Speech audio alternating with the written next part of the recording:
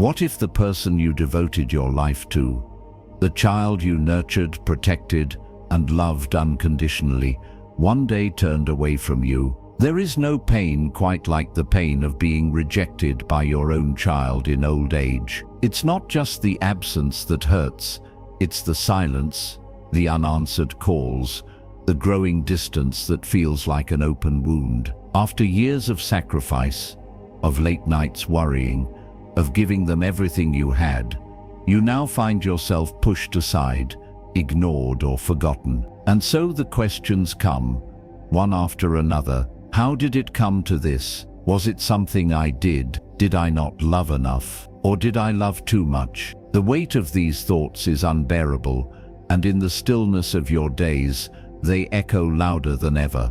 But what if I told you that within this pain lies an unexpected blessing? What if this very rejection is not an end, but an opening, a doorway to something deeper, something unshakable, something no one, not even the child who walked away, can take from you? Buddhism teaches us that suffering arises not from love itself, but from our attachment to how love should be returned. We are conditioned to believe that love must be reciprocated in a certain way, that devotion must guarantee devotion in return. But life does not follow such a predictable script. Relationships change, people change, and sometimes the love we give is not acknowledged in the way we expect. Yet what if love was never meant to be about possession or validation? What if its true power lies not in holding on, but in letting go? This is where our journey begins. In this video,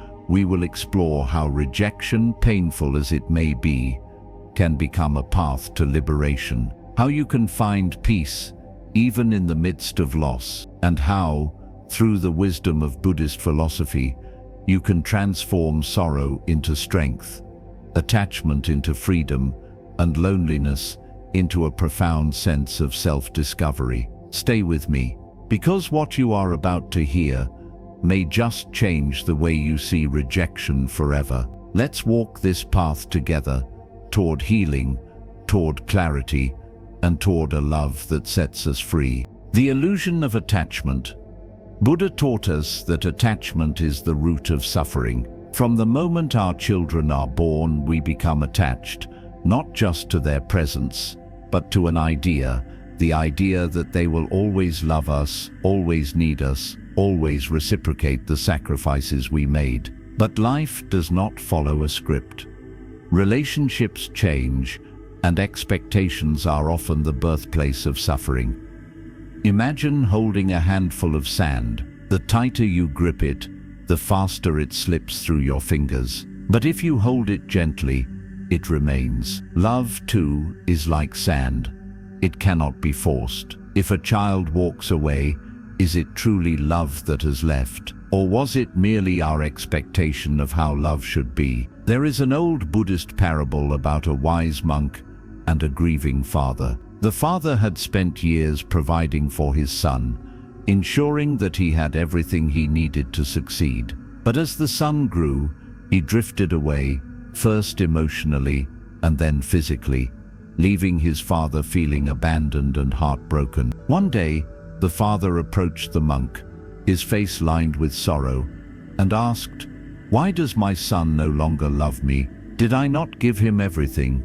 Did I not sacrifice for him?" The monk smiled gently and pointed to a bird perched on a nearby branch. "Do you see that bird?" he asked. "It was once in its nest, warm and safe under its mother's wings. But as it grew, it had to leave to find its own way, to follow its own path. The mother bird did not cry when it flew away, nor did she chase it. She simply watched, knowing that this is the way of all things. Love is not about keeping something close.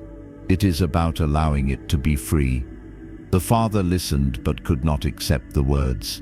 "But I am not a bird, and my son is not a fledgling. He was my life, my purpose. Now I have nothing." The monk placed a cup of tea in front of the father and said, "Drink." The father took a sip. Then the monk abruptly knocked the cup from his hands, shattering it on the ground. The father gasped, shocked. "Why did you do that?" "That was my tea."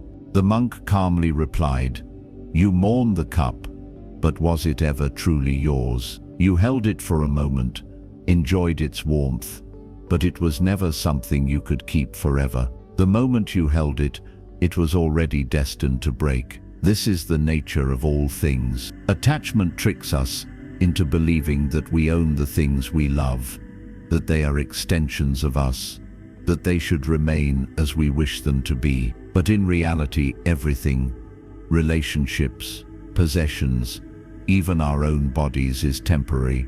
To cling too tightly is to invite suffering, because nothing remains unchanged. So if your child has distanced themselves, do not see it as a betrayal. See it as the natural course of life. We love not to possess, but to give freely. The bird must leave the nest. The cup must eventually break, and our love must be strong enough to let go, knowing that its true power lies not in holding on, but in allowing all things to follow their own path. The test of impermanence. A Buddhist monk once told a grieving mother, "Go and find a household that has never known loss, and I will restore your child." She traveled far and wide, but found no such home. Suffering, loss, rejection. These are not punishments. They are part of life's natural rhythm. When a child distances themselves, we often see it as a cruel twist of fate. But viewed through the lens of impermanence, it is simply another tide in the ocean of existence. Nothing remains the same. The question is, do we allow the tide to drown us, or do we learn to float? There is an old Zen story about a samurai who sought wisdom from a revered monk. The samurai was a powerful warrior, but as he grew older, he found himself haunted by the fear of loss.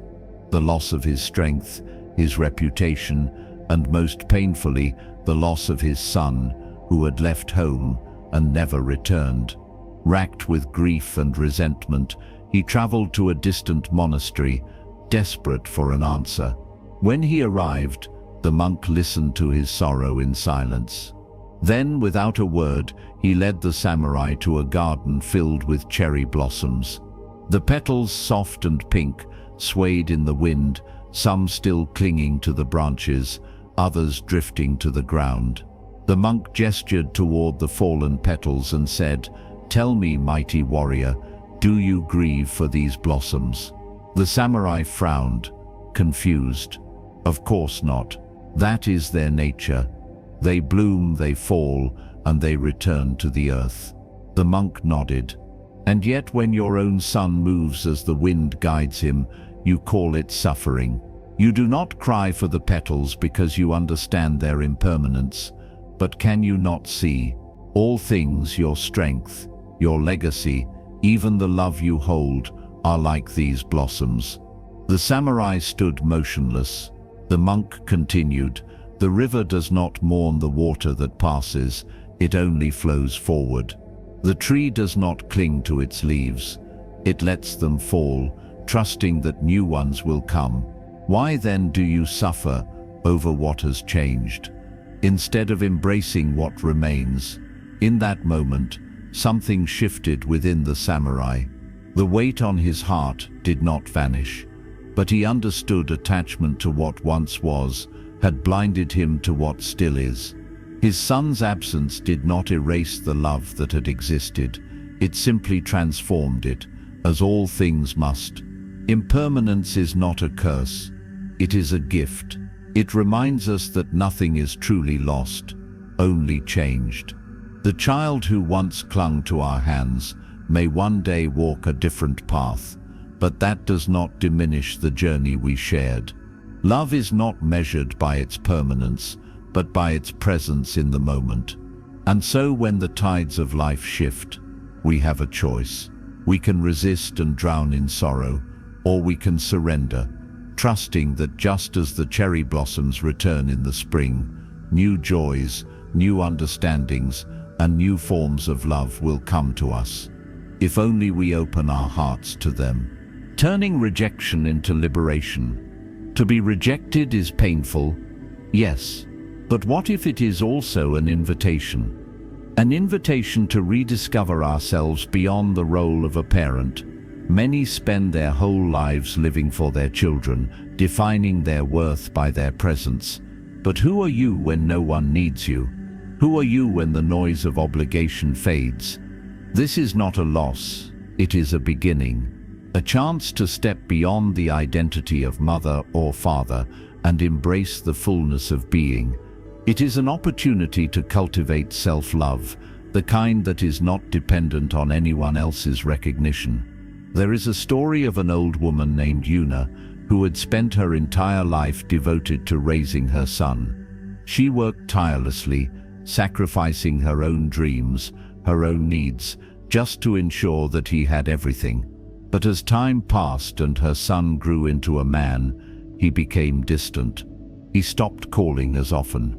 His visits became rare, and then one day they stopped altogether. Una was heartbroken. The silence of her home became unbearable, and she found herself asking, "Was I nothing more than a mother? If I am not needed, then who am I?" Unable to bear the emptiness, she sought wisdom from an elderly monk in a nearby temple. She told him her story, her voice shaking with sorrow. "I gave everything," she whispered, "and now I am left with nothing." The monk listened patiently, then handed her a bowl filled to the brim with water. "Carry this bowl through the temple gardens," he instructed. "Do not spill a single drop." Una did as she was told, walking carefully, her focus solely on keeping the water from spilling. After some time, she returned to the monk, proud that the bowl was still full. The monk smiled and asked, "While you were walking, did you notice the fragrance of the flowers, the birds singing in the trees, the beauty of the sky above you?" Una hesitated. "No," she admitted. "I was too focused on the water." The monk nodded. "That bowl is your role as a mother. You spent so many years holding it tightly, afraid to spill a single drop, that you forgot to notice the life around you. But now the bowl is empty, and for the first time you can look up and see the world as it is, not as a mother, not as someone's caretaker, but as yourself." Una's eyes filled with tears, but this time they were not tears of sorrow. They were tears of understanding. She had spent decades defining herself by what she could give to others. Now she had the chance to give something to herself, her own attention, her own care, her own love. Rejection is not an erasure of love. It is a redirection. It forces us to step outside of the roles we have clung to and discover what lies beyond them. It is not the end of significance, but the beginning of self-discovery. To those who feel abandoned, remember this: you were never meant to be defined by another person's need for you. Your existence is whole. Your being is complete, even when no one is looking. You are more than a title, more than a role. You are a soul, vast and boundless, with so much yet to experience. Let rejection be your liberation, not your prison. Let it be the door that opens to a life you had forgotten was yours to live. The story of the broken cup. A Zen master once held up a porcelain cup and said, "To me, this cup is already broken. Because I know it will shatter one day, I appreciate it more while it lasts." Our relationships are like that cup. We pour love into them, we cherish them, but we must also accept that one day they may change or end.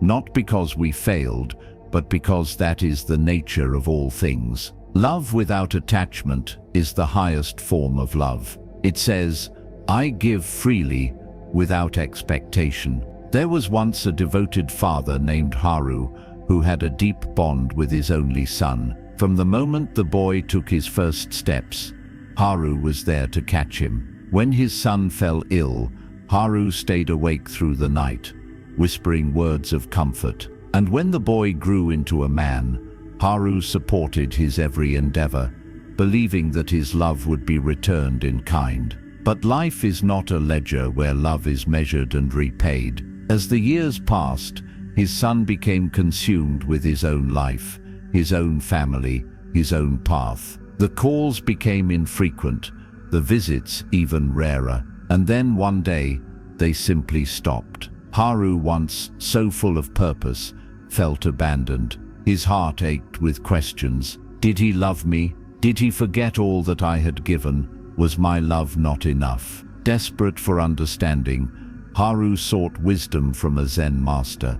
He poured out his sorrow, his confusion, his longing. The master listened patiently, then handed him a delicate porcelain cup. "This cup," he said, "was once given to me by a dear friend. I have drunk from it every day, admired its beauty, and cherished its presence. But I also know that one day it will slip from my hands and break, and because I accept its impermanence, I love it even more." Haru furrowed his brows. "But a cup is just a thing. My son is not a thing. He is a part of me. How can I accept losing him?" The master smiled gently. "And was the cup not a part of my life? Was it not something I held dear? The difference, Haru, is not in the cup or the child. It is in the way we choose to love. Do we love in a way that says, 'You must stay, you must never change, you must always return to me'? Or do we love with the understanding that all things, cups, people, relationships, are fleeting? If we love with attachment, we suffer when they slip away. But if we love with acceptance, we are free to cherish what we had, rather than mourn what we have lost." Haru sat in silence, turning the lesson over in his mind. Slowly he realized the truth. He had never truly lost his son. The love they shared was real. The memories, the laughter, the moments, they were not undone simply because life had carried them in different directions. His suffering came not from love itself, but from the expectation that love should remain unchanged. As Haru left the temple that day, he felt something shift. His son's absence still weighed on him, but it no longer defined him. He understood now that love is not about possession, nor is it about permanence. Love is like the cup, meant to be held lightly, cherished deeply, and when the time comes, released with gratitude. So let us love, not with the desperation of clinging hands, but with the wisdom of an open heart. Let us not measure love by its duration, but by its depth. And when the time comes to let go, may we do so with the same grace with which we once held on. Releasing the burden of control. How much energy do we waste trying to control the uncontrollable? We replay conversations, analyze past actions, search for ways to change what has already happened. But Buddha taught us, do not dwell in the past, do not dream of the future, concentrate the mind on the present moment. What do you control? Only your response, only your growth, only your peace. If your child has chosen distance, let them walk their path. Wish them well. Release them with love, and more importantly, release yourself from the burden of needing their validation. There was once a fisherman named Kenji, who lived by a great river. For many years, his son worked beside him, casting nets into the water, learning the ways of the current.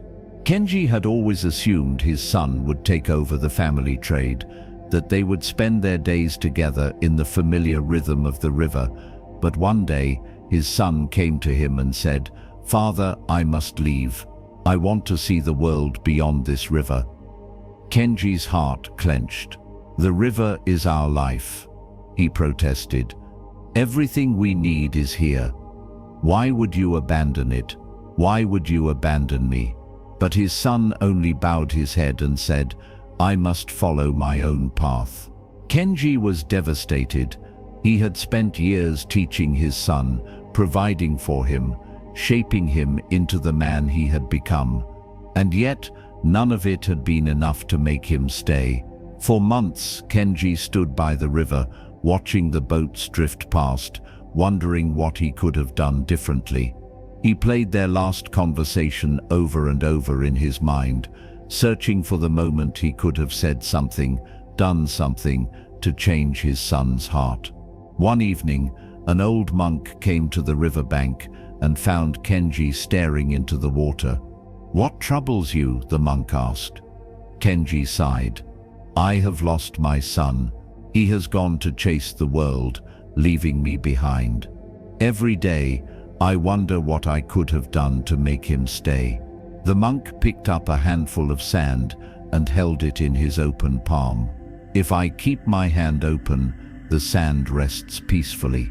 But watch what happens when I try to grip it too tightly." He clenched his fist, and the grains slipped through his fingers, scattering into the wind. "The tighter you hold, the more you lose. Love is not about possession. It is about allowing things to be as they are." Kenji looked at the river, the very thing he had tried to control all his life. It flowed freely, bending around rocks, moving with the tides, never resisting its course.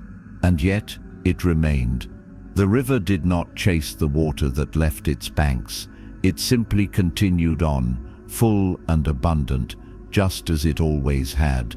For the first time, Kenji understood. His son was not lost to him. He was simply flowing in a different direction, and Kenji too had a choice. He could spend his days resisting, grieving, clenching his fists against the current of life, or he could release, trust, and allow himself to find peace in what remained. And so Kenji did the only thing he could control. He let go. He wished his son well, knowing that love does not demand permanence. He turned back to his boat, stepped in, and let the river carry him forward. This is the truth we must all embrace. Love does not mean possession. It does not mean control. It means allowing those we cherish to walk their own path, even when it leads away from us. And in doing so, we grant ourselves the greatest gift of all, freedom from suffering. Rebuilding a life of peace. Imagine waking up not with a heart heavy with sadness, but with a sense of freedom.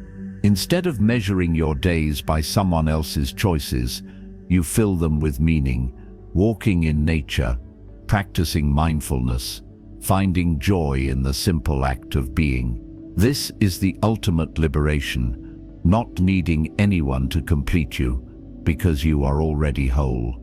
A man once asked a monk, "How do I find peace?" The monk handed him a glass of water and stirred in a handful of salt. "Drink," he said. The man grimaced at the bitterness. Then the monk led him to a vast lake and poured in the same amount of salt. "Now drink." The man tasted only freshness. "The suffering is the same," the monk explained. "But whether it consumes you depends on the vastness of your heart. Expand your heart. Do not let this pain shrink you. Let it transform you." There was once a woman named May who had spent decades devoting herself to her family. Her life had been structured around others, her children, her husband, the endless duties of caregiving. And yet as the years passed, one by one, those she had centered her life around drifted away. Her husband passed on, her children became busy with their own lives, and the once bustling home grew quiet. May felt abandoned, as though the meaning of her existence had been stripped away. She spent her days in sorrow, replaying the past, longing for what was gone. The emptiness felt unbearable. But one day, she stumbled upon an old friend, an artist named Hana, who had also lived alone for many years. May expected to find her friend lonely, burdened by the same weight of solitude. Instead, she found Hana thriving, her days filled with painting, music, and laughter. The walls of her home radiated warmth and creativity. May, astonished, asked, "How do you not suffer from loneliness?" Hana smiled gently and handed May a small clay pot filled with soil. "Plant this seed," she said, "and care for it each day." May did as she was told. At first, the act felt meaningless, watering, tending to something so small. But soon she noticed something. As the seed sprouted, so too did her own sense of vitality. The simple ritual of nurturing life brought her unexpected joy. Each morning, she awoke with purpose, eager to witness the plant's growth. As it flourished, so did she. She began to take long walks, observing the world around her with fresh eyes. The beauty of a sunrise, the laughter of children in the park, the feeling of wind against her skin, things she had once overlooked in the depths of her grief, now filled her with awe. One day she returned to Hana and said, "I understand now. The world is still full, but I had let myself become small. I had been living in a glass of salt water, when all along I had a lake inside me." Hana nodded. "Exactly. Suffering is only as large as the space you give it. If you let it take up your entire world, it will consume you. But if you expand your heart, it will become just another drop in the vast ocean of your being." May no longer waited for someone to fill the emptiness she once feared. She had found peace, not in others, but in herself. And so can you. Pain is not the end of the story. It is the invitation to begin anew. Let go of what was. Open yourself to what is. Expand your heart and watch as peace flows in. The final lesson, loving without clinging. Buddhism teaches us that true love is spacious. It allows others to come and go without possession, without control. It is the love that does not bind, but liberates. This is the kind of love that brings peace. Not the love that says, "You must stay so I can be happy," but the love that says, "I wish you happiness wherever you go." Imagine a bird perched on your hand. If you hold it too tightly, it will struggle, desperate to break free. But if you open your palm, allowing it the freedom to fly, it may choose to linger, to return, or to simply leave without resistance. This is love without attachment, a love that does not seek to possess, only to give. So let go, not of love, but of attachment. Let go, not of hope, but of suffering. Let go, not as an act of loss, but as an act of liberation. If a child has walked away, bless their journey. If life has taken someone you love in another direction, send them gratitude instead of grief. Love them enough to let them be free, and love yourself enough to embrace the freedom that remains. Because, my friend, you were never meant to live dependent on another's presence. You were meant to be fully and completely, just as you are, whole, enough, complete. And that is the greatest blessing of all. If this message has resonated with you, if it has brought you a moment of clarity, peace, or comfort, I invite you to subscribe to Quiet Wisdom. Let us continue this journey together toward understanding, toward inner peace, and toward a life free from unnecessary suffering. Thank you for being here, and may you always walk in peace.